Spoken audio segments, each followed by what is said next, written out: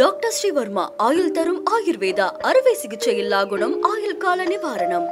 எஸ்டேக் courier private limited domestic international cargo உங்கள் இல்லம் தேடி வந்து கொரியர் புக்கிங் டெலிவரி செய்து தரப்படும். கேரளாவை சேர்ந்த செவிலியர் நிமிஷா பிரியாவுக்கு கொலை வழக்கில் மரண தண்டனை விதிக்கப்பட்டுள்ளது. அவருக்கு வரும் ஜூலை 16ஆம் தேதி மரண தண்டனை நிறைவேற்றப்பட இருக்கிறது. இன்னும் ஒரு வாரம் மட்டுமே இருக்கும் நிலையில் நிமிஷா பிரியாவை காப்பாற்ற ஏதாவது வழி இருக்கிறதா என்பது குறித்து இப்பொழுது பார்க்கலாம்.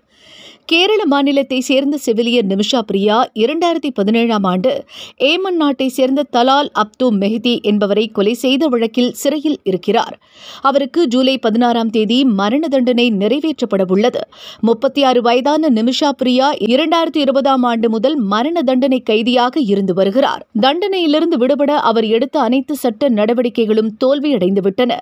இதற்கிடையே நிமிஷா பிரியாவை காப்பாற்ற போராடும் மனித உரிமை ஆர்வலர் சாமுவேல் ஜெயராம் பிரபல ஆங்கில டிவி சேனல் ஒன்றுக்கு பேட்டியளித்திருக்கிறார்.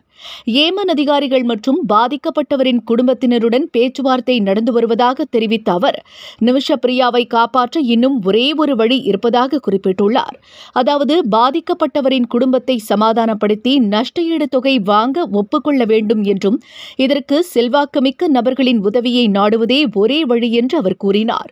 பேச்சுவார்த்தை குழு மஹதி குடும்பத்திற்கு $1 மில்லியன் அமெரிக்க நிதி வழங்க உதவியுள்ளதாகவும் மேலும் பாதிக்கப்பட்டவரின் குடும்ப உறுப்பினர் அல்லது அவர்கள் பரிந்துரைக்கும் வேறு எந்த நபருக்கும் கேரளாவில் இலவசமாக சிகிச்சை அளிக்க முன்வந்துள்ளது.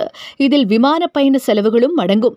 மக்தி சகோதரர் ஐக்கிய அரபு எமிரேட்ஸ் அல்லது சவுதி அரேபியாவில் குடியேற முடிவு செய்தால் அதற்கான செலவையும் ஏற்க குழு முன்வந்திருக்கிறது. இந்த அளவுக்கு உதவிகளை செய்வதாக உறுதியளித்தாலும் மக்தி குடும்பத்தினர் இதுவரை இதை ஏற்கவில்லை. இருப்பினும் ஒரு வாரம் இருக்கும் நிலையில் இது ஒரு நல்ல தீர்வு கிடைக்கும் என்று நம்புவதாக கூறுகின்றனர். நிமிஷா பிரியா 2017இல் கொலை வழக்கில் குற்றம் சாட்டப்பட்டார். இந்த ஆண்டு ஜனவரியில் ஹவுதி கிளர்ச்சியாளர்களின் உச்ச அரசியல் கவுன்சிலின் தலைவர் மஹதி அல் மஷாத் அவர் மரண தண்டனையை உறுதி செய்தார்.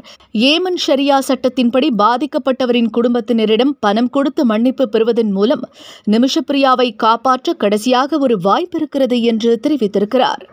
என்றும் உங்களுடன் மை இந்தியா முக்கிய செய்திகளை உடனுக்குடன் தெரிந்து கொள்ள சப்ஸ்கிரைப் பண்ணுங்க, பெல் பட்டனை பிரஸ் பண்ணுங்க. என்றும் உங்களுடன் மை இந்தியா.